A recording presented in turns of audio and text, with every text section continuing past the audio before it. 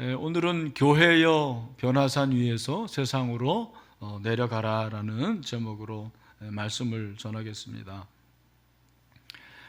오늘은 제가 좀 민감하고 좀 뭐라 그럴까요? 무거운 주제를 다루려고 합니다. 한국 교회에 관한 말씀을 좀 드리려고 그래요. 지금 우리 사회는 교회가 문제인 시대가 되었습니다. 사실 매스컴의 가장 큰 화두가 교회가 되어버렸어요. 그게 뭐 한 교회라든지 한 개인의 문제가 아니고 한국교회 전체가 문제인 그런 시대가 되었습니다. 그러다 보니까 이 교회에 대한 책임 공방이 굉장히 뜨거운 것 같아요. 그래서 한쪽에서는 왜 교회가 문제냐? 우리 교회가 얼마나 방역을 잘하고 우리가 최선을 다하고 있지 않느냐? 우리가 최선을 다하는데 왜 모든 책임을 우리에게 떠맡기로 하느냐? 방역에 실패한 건 정부가 아니냐? 이런 식으로 교회를 어떻게 보면은 변호하는 그런 세력이 있어요. 그러나 반면에 교회가 잘못한 거 아니냐? 교회로 인해서 이렇게 확진자가 많이 생기고 결국 교회발 코로나가 아니냐라는 식으로 교회에 대해서 모든 책임을 돌리려는 그러한 사람들도 있는 것 같습니다.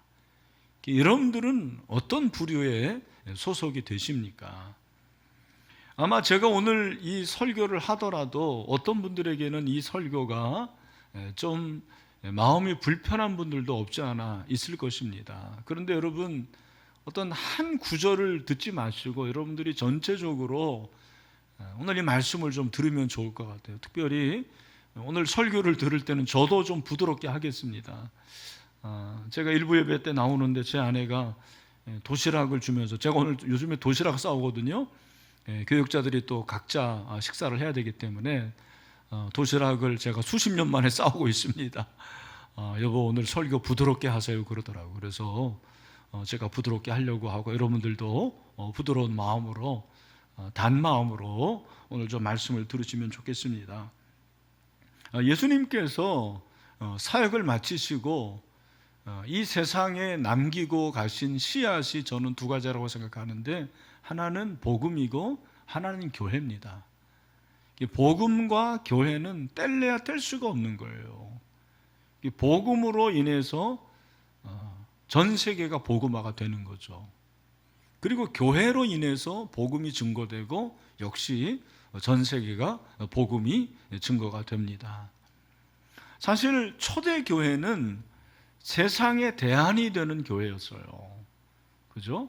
초대 교회는 그 당시 사회로부터 칭찬을 받았어요. 사도행전 2장 47절에 보니까 하나님을 찬미하며 또 온 백성에게 칭송을 받으니 주께서 구원받는 사람을 날마다 더하게 하시니라고 그랬거든요. 오죽 칭찬을 받았으면 이런 말씀이 나옵니까? 그러나 오늘날 한국교회는 칭찬은커녕 책망을 듣고 있습니다. 그리고 지탄의 대상이 되고 비난을 받고 있는 것이 현실입니다. 아마 오늘 이 예배를 드리고 있는 대부분의 성도님들은 가슴 아파할 거예요. 왜냐하면 우리는 교회를 사랑하기 때문에 그렇습니다. 저 같은 경우는 늘 교회를 사랑하고, 저는 교회주의자라고 어디 가서든지 얘기를 합니다. 교회에서 태어났고 교회 안에 있고 또 앞으로도 교회 가운데 있을 거예요. 왜 한국교회가 이렇게 비난의 대상이 되었을까? 왜 책망을 받을까? 저는 다른 것이 아니라 교회가 있어야 될 위치를 제대로 잡고 있지 못하기 때문이라고 생각을 해요. 무슨 말이냐? 교회가 산 위에 있는 거예요.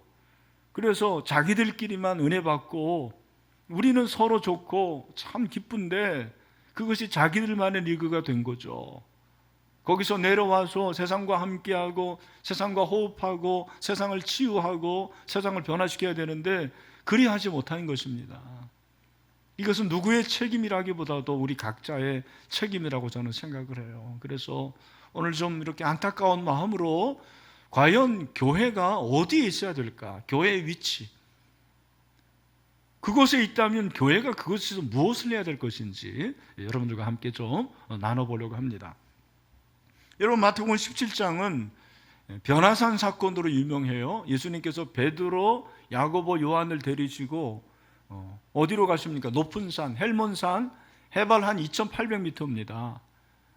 거기에 가셔서 오늘 말씀해 보면 갑자기 옷이 휘어지고 그리고 얼굴이 해같이 빛나요. 그래서 변화산이라고 그런 거예요. 뿐만 아니라 그렇게 예수님이 얼굴이 환히 빛이 나고 또 옷이 휘어지는데 그때 구약에서만 들어왔던 인물 두 물이 나오는 거죠. 누굽니까? 모세와 엘리야가 등장을 하는 거예요. 그래서 예수님이 그들과 함께 대화를 하세요. 여러분, 우리가 그 당시에 있지는 않았지만 상상을 해보면 이게 얼마나 놀라운 일입니까? 정말 판타지죠. 베드로가 그 자리에서 너무 감동을 받아가지고 예수님에게 뭐라고 말합니까? 4절 말씀을 우리 같이 한번 다 같이 크게 읽어봅시다. 시작. 베드로가 예수께 여쭈어 이르되 주여, 우리가 여기에 있는 것이 좋사오니 만일 주께서 원하시면 내가 여기서 초막 셋을 짓되 하나는 주님을 위하여, 하나는 모세를 위하여, 하나는 엘리야를 위하여 하리이다. 아멘. 여러분, 그 광경이 얼마나 아름답고 그리고 그 광경이 얼마나 영광스럽다면 베드로가 이런 제안을 했겠습니까? 저는 여기서 살고 싶습니다. 여기서 살면 더 이상 여한이 없겠습니다. 그런 의미예요. 여러분, 반면에 그 변화산 아래에서는 어떤 일이 일어났습니까? 오늘 우리가 읽은 본문이 바로 그거죠. 한 아버지가 귀신 들린 아들, 오늘 간지라고 이제 같이 이렇게 얘기 나오는데, 그렇게 귀신 들린 아들을 아버지가 예수님 제자들에게 데려온 거예요. 9명이 남았을 거 아닙니까? 고쳐주세요. 아마 예수님의 제자들이 그렇게 했을 거예요. 예수님의 이름으로 명하노니 귀신아 떠나가라, 축사를 했겠죠. 그러나 안타깝게도 귀신이 나가요, 안 나가요? 안 나갑니다. 여러분, 바로 이 순간, 바로 그 순간에 예수님이 변화산에서 내려오신 거예요. 예수님이 무슨 일이냐 했을 때 그 아버지가 자초지정을 다 얘기합니다. 그랬을 때 예수님이 참 믿음이 없는 세대요, 내가 너희와 얼마나 오래 있어야 되겠느냐 그러시면서 그 아들의 병을 고쳐주신 것. 그래서 오늘 18절에 보니까 이에 예수께서 꾸짖으시니 귀신이 나가고 아이가 그때부터 나으니라, 그렇게 말씀을 하고 있습니다. 여러분, 저는 이 마태복음 17장에서 도전이 되었던 것은 예수님의 변화된 모습, 그리고 예수님께서 그렇게 아들을 고치신 것보다는 아주 평범한 한 가지 사실에 큰 도전이 됐습니다. 그게 뭐냐면 예수님이 변화산 아래서 세상으로 내려오신 거예요. 산 아래로 내려오셨습니다. 목사님, 그게 뭐 이렇게 대단한 일입니까? 라고 질문하시는 분들이 있을지 모르겠습니다. 여러분, 예수님이 변화산에서 계실 수 있었잖아요. 거기서 바로 승천하시면 얼마나 좋습니까? 그래도 누가 뭐랍니까? 그런데 예수님은 그 변화산에서 내려오세요. 내려오시면서 예수님께서 뭐라고 말씀하십니까? 9절에 보니까, 오늘 우리가 읽지는 않았지만 9절을 여러분 한번 주목해서 읽어보시면 좋을 것 같아요. 우리 9절을 다 같이 한번 읽겠습니다. 시작. 그들이 산에서 내려올 때에 예수께서 명하여 이르시되 인자가 죽은 자 가운데서 살아나기 전에는 본 것을 아무에게도 이르지 말라 하시니. 아멘. 예수님께서 뭐를 예언하십니까? 자신이 십자가에 죽을 것, 그리고 부활할 것을 말씀을 하신 거예요. 물론 여러분, 16장에서 이미 예수님께서 말씀을 하셨지만 다시 한번 변화산에서 내려오시면서 자신의 십자가의 죽음을 말씀하십니다. 이것은 예수님이 이 세상에 오신 목적이죠. 사명입니다. 예수님은 사명을 잊지 않았어요. 그리고 그 사명 때문에 변화산에서 계시지 않고 산 아래로 내려오신 거예요. 여러분, 예수님이 이 세상에 오신 것이 바로 이렇게 낮아지기 위해서 오신 거 아닙니까? 하나님의 아들이신 그분이 인간으로 되셨어요. 아니, 인간 그 자체로 되신 거예요. 빌립보서 2장 6절부터 8절을 보니까 그는 그분 하나님의 본체시나 하나님과 동등됨을 취할 것으로 여기지 아니하시고 오히려 자기를 비워 종의 형체를 가지사 사람들과 같이 되셨고 사람의 모양으로 나타나사 자기를 낮추시고 죽기까지 복종하셨으니 곧 십자가에 죽으시므라. 우리 주님이 이 세상에 오신 목적은 십자가에 죽기 위함이었습니다. 예수님이 세상에 오신 목적이 그거였어요. 그러니 그분이 변화산에만 있을 수가 없었던 거예요. 산으로 내려오십니다. 그 산은 무엇입니까? 이 세상은 악한 곳이죠. 죄가 많은 곳입니다. 그곳에서 예수님은 자신의 사명을 다 감당을 하신 거죠. 저는 마태복음 11장에 나오는 이 변화산 위의 제자들과 변화산 아래의 제자들을 보면서 이것이 교회의 양면을 보는 것 같다라는 생각이 들었습니다. 여러분, 변화산 위의 교회는 영광스러운 교회라고 생각할 수가 있어요. 빛이 납니다. 성공한 교회죠. 은혜가 넘칩니다. 예배로 충만합니다. 그죠? 얼마나 좋은지 몰라요. 서로 교제하고 우리끼리 아주 너무너무 좋은 거예요. 여기가 조사원입니다. 그러나 여러분, 변화산 아래서는 어떤 일이 일어납니까? 변화산 아래는 세상의 불완전함과 악이 충만한 곳이죠. 교회가 산 아래로 내려와야 되는 것은 무엇을 말합니까? 그렇게 악한 세상 가운데서 불완전한 교회에서 교회가 교회의 사명을 감당하는 것을 말하는 것입니다. 세상을 치유하고 회복하는 사명입니다. 세상의 소금과 빛으로서의 사명을 수행하는 그러한 사명을 말하는 것입니다. 한국교회가 언제부터인지 바로 이 세상을 치유하고 세상을 변화시키고 세상을 섬기는 역할을 제대로 수행을 하지 못한 것 같습니다. 빈곤과 평화와 환경 등의 문제를 소홀히 한 것이 사실입니다. 차별금지법이나 낙태 등의 문제도 우리가 해결하는데 너무 힘겨운 거예요. 교회가 더 낮은 곳으로 내려가야 되는데 오히려 내려가지 않고 높은 곳에서 영광만 바라보았던 것이 우리의 현실 아닙니까?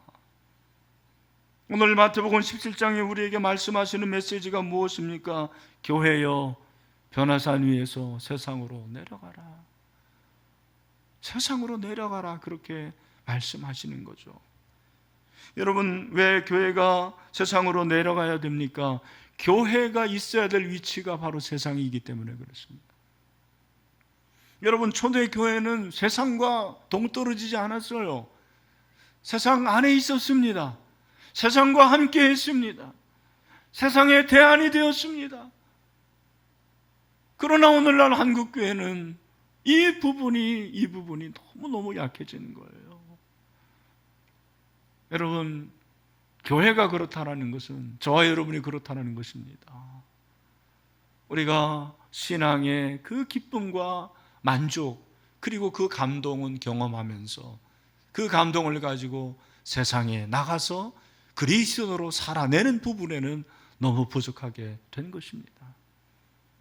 여러분, 그렇다면 교회가 세상에 존재해야 되는데 그 세상에서 과연 무엇을 해야 됩니까? 교회가 해야 할 일이 무엇입니까? 어떻게 해야지 교회가 세상을 치유할 수가 있다고 생각을 하세요? 여기에 대해서는 사람들마다 생각이 다 다른 것 같습니다.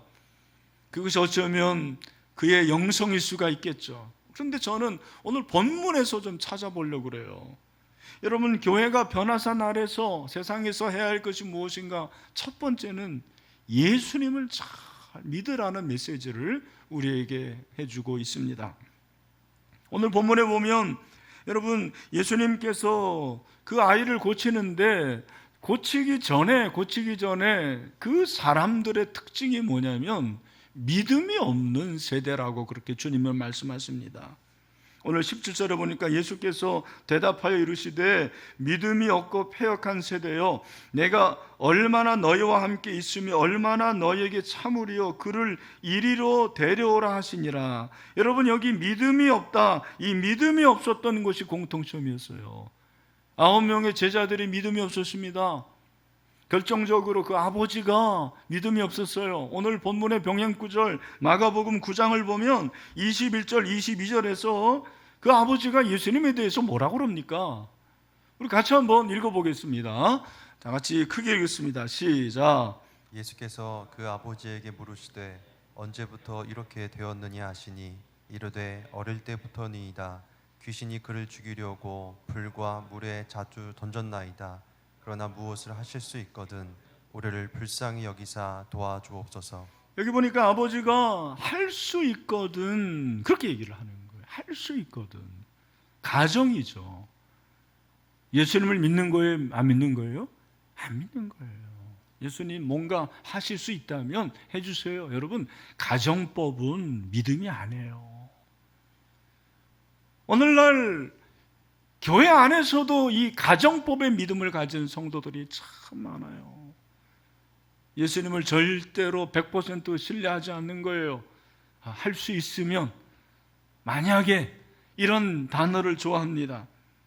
예수님은 아버지의 믿음을 경책하시죠. 믿는 자에게 능히 하지 못할 일이 없느니라. 뭐예요? 믿음의 절대성을 말하는 거예요. 믿음의 절대성, 반드시 할 수 있다라는 거죠. 여러분, 신앙은 상대적이지 않습니다. 절대적이에요. 왜? 우리가 믿는 하나님이 절대적인 하나님이시기 때문입니다. 유일하신 하나님이기 때문이죠. 절대 믿음, 절대 긍정, 절대 감사, 절대 충성, 절대가 요구되는 거예요. 여러분, 아버지만 믿음이 없었던 게 아니라 제자들도 믿음이 없었다라는 것을 예수님께서 말씀하세요. 오늘 이 말씀은 사실은 후주가 있어요. 뭡니까?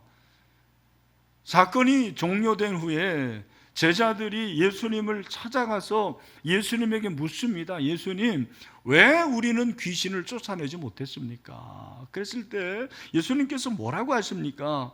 20절 말씀이죠. 20절 말씀도 굉장히 중요한 거예요. 한번 여러분 들어보십시오. 제가 한번 읽겠습니다. 이르시되 너희 믿음이 작은 까닭이니라. 진실로 너희에게 이르노니 만일 너희에게 믿음이 겨자씨 하나일 만큼만 있어도 이 산을 명하여 여기서 저기로 옮겨지리라 하면 옮겨질 것이요 또 너희가 못할 것이 없으리라. 아멘.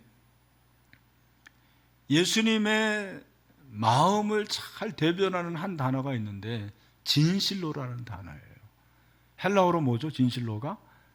아멘이에요. 아멘. 여러분들이 아멘 하는데 그게 진실로예요. 예수님이 제자들에게 진실로 너희에게 말하는데 너희가 믿음이 적다, 믿음이 적은 것을 말씀을 하십니다. 정말 너희들이 겨자씨, 여러분 얼마나 작은 것의 대표가 겨자씨입니까? 그 겨자씨만한 믿음만 있더라도 산을 옮길 수 있을 텐데 능치 못할 일이 없는데 너희에게는 믿음이 너무 없다, 그렇게 말씀을 하십니다. 무엇입니까?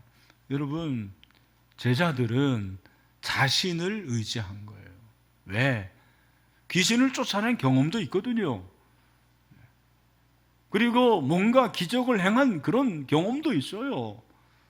자신의 경험을 의지하고 자신의 능력을 의지합니다. 그러니까 예수님을 의지하지 않는 거예요. 여러분, 한국교회가 그렇지 않습니까? 한국교회가 잘 해왔거든요. 성장도 하고, 그리고 세계 교회 역사상 찾아볼 수 없는 그런 부흥도 이루겠습니다. 그런데 지금은 그게 아니에요. 왜? 예수님을 온전히 믿지 않는 거예요. 오늘날 목회자인 저나 평신도나 할 것 다 이렇게 절대 믿음이 없어요. 예수님만을 믿는 믿음이 없는 것입니다. 여러분, 믿음은 하나님이 우리에게 주시는 선물인데요, 그 선물을 가지고 우리가 절대적으로 그분만 믿는 것은 저와 여러분의 몫입니다. 예수님께서 복음서를 보면 예수님의 제일 큰 관심이 뭐였냐면 믿음이었습니다. 마가복음 11장 24절을 보니까 그러므로 내가 너에게 말하노니 무엇이든지 기도하고 구하는 것은 받은 줄로 믿으라. 그리하면 너희에게 그대로 되리라. 우리가 하는 일은 믿는 일이에요. 나머지는 누가 하시는 거예요? 하나님이 하시는 것입니다. 여러분, 우리가 믿으면 그 나머지는 하나님이 하시는 줄로 믿습니다. 오늘 그걸 얘기해 주고 있는 거예요. 아마 여러분 고인이 되셨지만 우리 기독교의 원로이셨던 한경직 목사님을 아실 것입니다. 한 목사님이 은퇴하시고는 남한산성에서 기거를 하고 계셨는데 어느 날 후배 목사들이 목사님을 찾아갔어요. 이제 목사님이 기력이 약하고 사실 날이 멀지 않으니까 헤어지면서 한 가지 부탁을 했다고 그래요. 목사님, 저희 후배 목사들에게 좋은 충고 하나 해주세요. 좋은 말 해주세요. 여러분, 한경직 목사님이 뭐라고 그런지 아십니까? 목사님들, 예수님 잘 믿으세요. 그렇게 얘기했다라는 거예요. 예수님 잘 믿으세요. 여러분, 들어도 명언이에요. 그 후배들이 다 목사들입니다. 그런데 예수 잘 믿으라는 거예요. 여러분, 목사지만 예수 잘 안 믿는 목사들 많아요. 오늘날 교회 안에 종교인은 많지만 신앙인은 많지 않습니다. 여러분, 하나님을 믿는 그 하나님 자리에 돈이 들어가 있어요. 돈이 하나님이에요. 한국 교회가 왜 이렇게 타락했느냐? 돈을 너무 좋아하는 거예요. 목사도 돈 좋아하고 성도들도 돈 좋아하고. 여러분, 우리가 그걸 회개해야 돼요. 하나님의 자리에 하나님이 계시도록 해야 됩니다. 여러분은 정말 이 코로나19 가운데서 어떤 믿음을 갖고 계십니까? 저는 그렇게 생각을 해요. 이렇게 대면 예배도 못 드리고, 예배라는 것은 하나님과 나와의 관계이기도 하지만 성도와의 성도의 관계인데 성도들의 얼굴을 지금 몇 개월째 못 보고 있어요. 얼마나 답답한 일입니까? 그러나 여러분의 마음속에 믿음을 가져야 돼요. 어떤 믿음입니까? 비록 교회가 예배드리지 못하지만 내가 정말 이 코로나19에 굴복하지 않고 하나님을 경배하고 하나님을 예배하겠습니다. 이런 불굴의 믿음을 가져야 돼요. 그래서 코로나19로 믿음을 까먹는 것이 아니라 하나님을 더 가까이 하는 계기로 그렇게 만들겠습니다. 그렇게 믿음을 가져야 돼요. 오늘 사랑하는 성도 여러분, 여러분에게 이런 절대 믿음이 생길 수 있게 되기를 주님의 이름으로 축원합니다. 세상에 교회가 문제가 있지만 진정 그 교회에 예수 그리스도의 DNA만 있다면 그 교회는 살아날 수가 있는 거죠. 그 교회는 얼마든지 성숙해질 수 있습니다. 여러분, 저와 여러분이 그런 사람이 되어야 됩니다. 우리 교회가 지상에만 있는 것이 아니라 이 세상에 내려와서 정말 세상 사람들이 얻는 믿음을 가지고 예수님만 절대 믿을 수 있는 저와 여러분이 다 될 수 있게 되기를 주님의 이름으로 축원합니다. 오늘 그것을 우리에게 말해주고 있는 거예요. 또 여러분, 우리가 세상에서 무엇을 해야 됩니까? 교회의 사명이 뭐냐면 오늘 기도하라라는 거예요. 여러분, 본문 21절은 우리말 성경에는 없어요. 이게 이제 사본에 따라 다른데 신약 성경이 원본이 없잖아요. 원본이 없어졌잖아요. 그래서 여러분, 사본이 굉장히 많은데 우리 성경, 이 성경의 사본에는 21절이 없는데 일부 다른 신약 성경의 사본에는 21절의 내용이 있다라는 거예요. 그 내용이 뭐냐? 제가 한번 읽어드릴게요. 한번 들어보세요. 이런 이유는 기도와 금식에서가 아니면 나지 않느니라. 이게 다른 사본에 있는 말씀이에요. 여러분, 이 말씀이 마가복음 9장 병행구절이죠. 병행구절이라는 같은 사건을 마태와 마가가 다르게 다른 시각을 가지고 기록한 거잖아요. 그런데 마가복음 9장 29절에서는 이렇게 되어 있습니다. 이르시되 기도의 다른 곳으로는 이런 종류가 나갈 수 없느니라. 그러니까 마태복음 17장은 왜 귀신을 쫓아내지 못했느냐? 뭐가 없으니까? 믿음이 없어서 그렇다는 거고, 마가복음 9장에서는 뭐예요? 기도하지 않아서 그렇다는 거예요. 다른 얘기가 아니에요. 여러분, 믿음이 뭐냐? 믿음을 기도하는 거거든요. 기도하는 게 믿음이거든요. 기도하지 않는 건 믿음이 없는 거예요. 믿음이 없는 사람 기도하지 않습니다. 여러분, 제자들이 기도하지 않았을까 물어봐야 되겠죠. 그러나 저는 기도했다고 생각을 해요. 왜 그들이 기도하지 않았겠어요? 그러나 어쩌면 그날은 기도하지 않을 수도 있겠죠. 그리고 한 번 귀신을 쫓아냈지만 그 이후에는 그렇게 교만해서 기도하지 않을 수도 있을 거예요. 중요한 것은 귀신이 나갈 때까지 기도하지 않은 거예요. 기도하지 않은 것만은 사실입니다. 한국교회가 이렇게 성장할 수 있었던 가장 결정적인 것을 들라면 저는 기도라고 생각을 해요. 특별히 새벽 기도가 교회 성장의 원인이에요. 그러나 어느덧 여러분, 우리 한국교회가 기도를 많이 상실하게 됐어요. 성도들이 기도합니까? 여러분, 솔직히 지난 한 주일 동안 기도한 시간을 한번 헤아려 보세요. 30분이나 됩니까? 1시간이 됩니까? 여러분들이 그 참 좋아하는 인터넷 검색하고, 그 다음에 홈쇼핑하고, 그 다음에 미드 보고 드라마 보고 하는 시간은 수십 시간이 되는데 하나님과 만나는 이 기도의 시간이 없는 거예요. 그러니 어떻게 교회가 세상을 치유할 수가 있습니까? 기도하지 않는데 어떻게 교회가 세상에 영향력을 끼칠 수가 있습니까? 기도가 믿음을 형성한다는 말이 있죠. 기도함으로 믿음의 영역이 넓어집니다. 제자들이 그 당시 기도하지 않았어요. 기도하지 않으니까 마귀를 이길 수가 없는 거죠. 사단을 이길 수가 없는 거예요. 기도하지 않는 교회는 세상을 이길 수가 없습니다.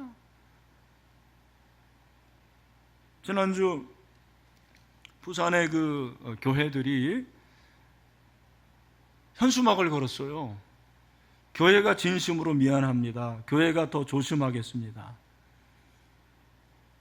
저는 그 교회들이 이 현수막을 걸었다라는 뉴스를 보면서 많은 생각을 했습니다. 오죽하면 저랬을까? 아마 우리 교회 성도들 가운데서도 우리 신일교회도 현수막을 좀 걸었으면 좋겠습니다 하는 그런 분들이 분명히 있을 것입니다. 저도 고민을 했어요. 과연 이 현수막을 걸어야 되는가?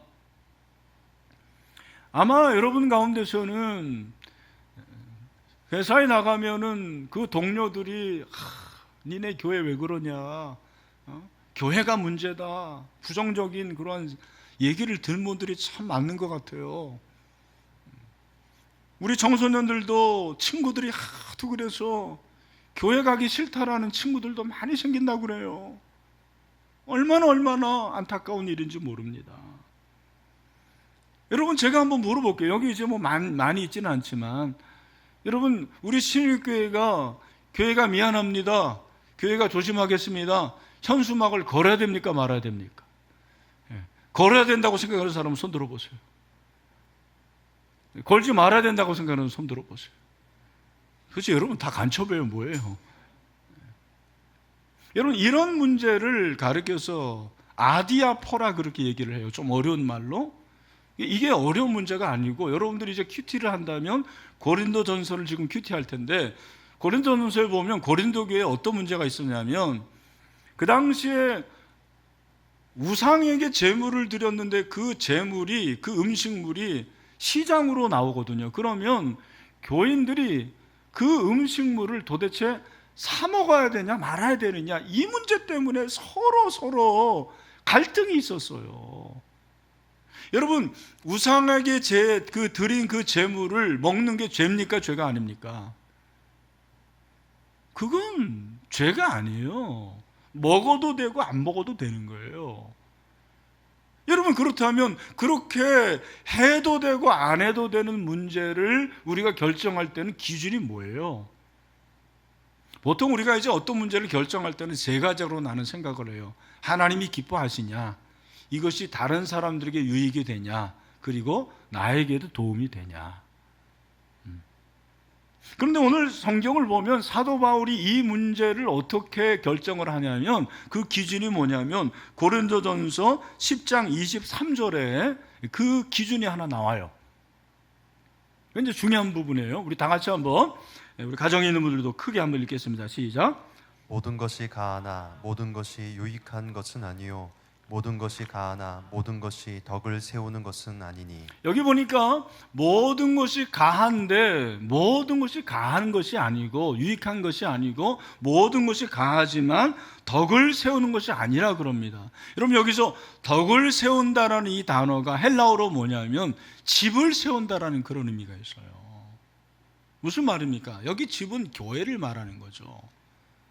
적어도 우리가 교회 안에서 어떤 일을 결정할 때는 그것이 죄가 아니라면 이거 해도 되고 저거 해도 되면 항상 기준이 뭐가 돼야 돼요? 아, 교회의 덕이 되겠느냐, 이걸 물으라는 거예요.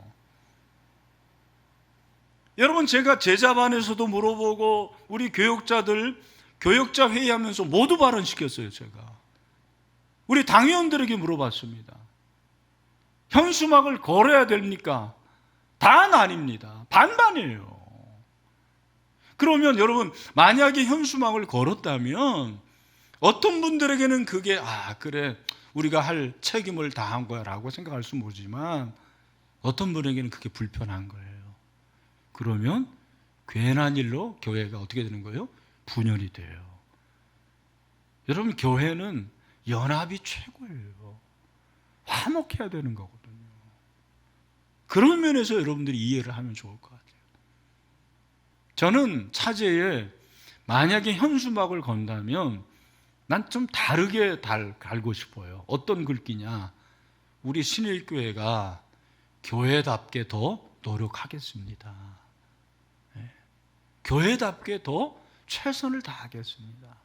전향적으로 하는 게 맞다고 생각을 해요. 그러나 여러분, 한 가지 알아야 될 것은 우리가 비록 현수막은 달지 않지만 우리가 잘못한 부분에 대해서는 인식을 하고 있어야 된다고 생각을 해요. 잘 들으셔야 됩니다.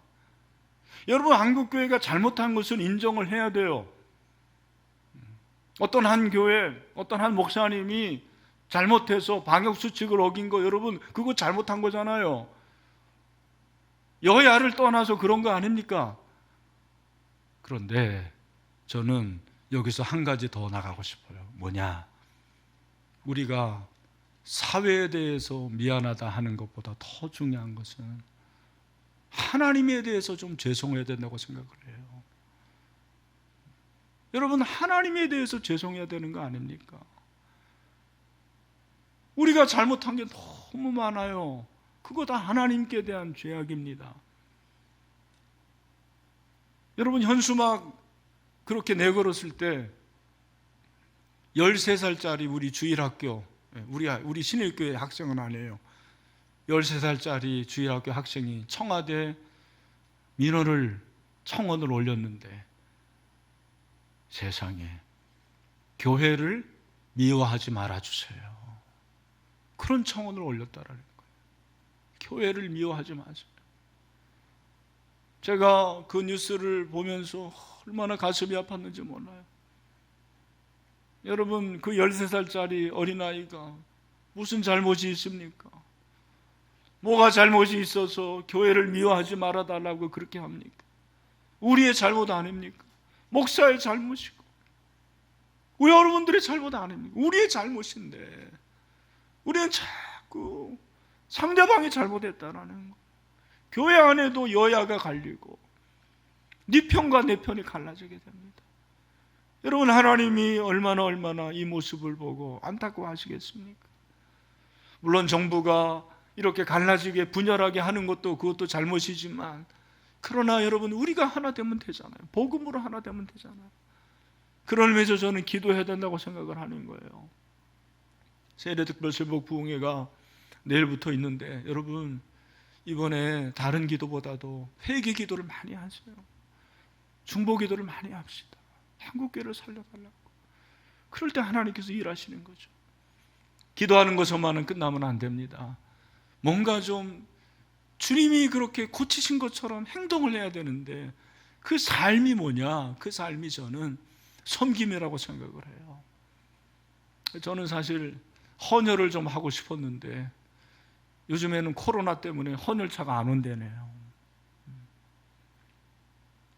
여러분, 지나다니다가 헌혈차 있으면 헌혈하세요.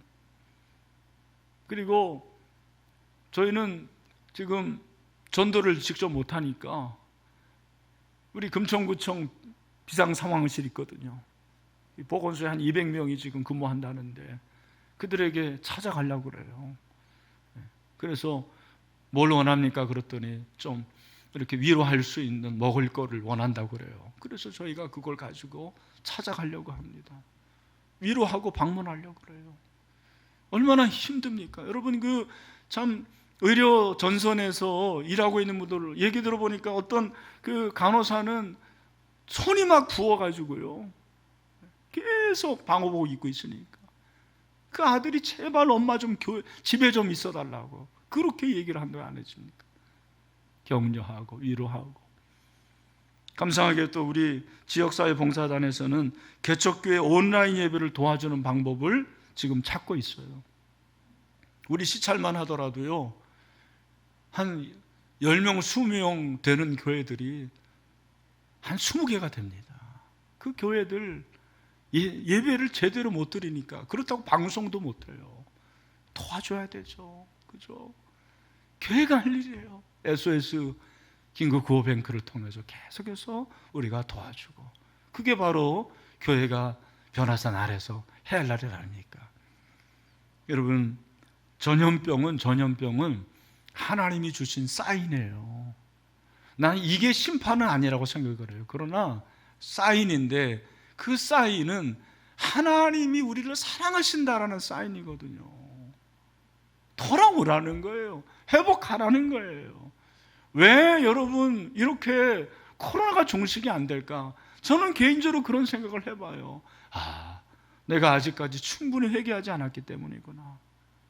우리 신일교회가, 한국교회가 충분히 회개하지 않으니까 아직도 하나님께서 우리에게 말씀하신다라는 생각이 듭니다.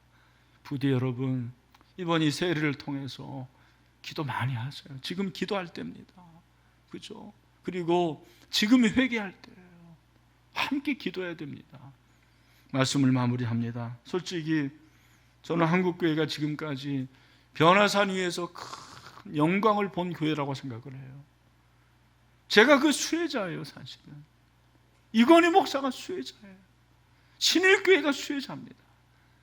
근데 한국교회가 변화산 위에만 있으면 안 돼요. 예수님처럼 내려가야 돼요. 내려가서 고치고 치유하고 회복하고 섬기고, 무엇보다도 믿음을 가지고 그리고 기도로 이 세상을 변화시킬 수 있는 그런 우리 신일교회, 한국교회가 되기를 주님의 이름으로 축원합니다.